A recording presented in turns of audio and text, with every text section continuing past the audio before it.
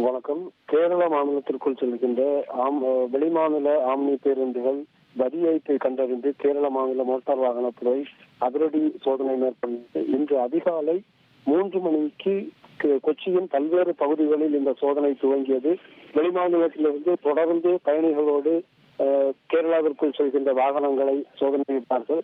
அந்த சோதனையில் 28 வெளிமாநில ஆம்னி பேருந்துகள் வரி செலுத்தப்படுகின்றது என்று அதை பறிமுதல் செய்திருக்கிறார்கள். பயணிகளோடு சென்ற பேருந்துகளை பயணிகளை எங்கு செல்ல வேண்டுமோ அங்கு இறக்கிவிட்ட பின்பு திரும்பி அந்த பகுதிக்கு செல்வதை வரவழைத்து இந்த வாகனங்களை பறிமுதல் செய்வதாக மோட்டார் வாகனத்துறை அதிகாரிகள் கூறியிருக்கிறார்கள். அதாவது ஒரு தவணை அங்கு செல்வதற்காக தற்காலிக வரி செலுத்திவிட்டு 1 மாதத்திற்கு மேல் வெளிமாநிலங்களிலிருந்து கேரளாவிற்குள் இயக்கப்பட்டு வந்ததை கண்டறிந்து இந்த பறிமுதல் நடைபெற்றதாகவும் கூறப்படுகிறது. மொத்தம் 28 பேருந்துகள், அதில் பெரும்பாலானவை தமிழ்நாட்டை சேர்ந்த பேருந்துகள் என்பது குறிப்பிடத்தக்கது.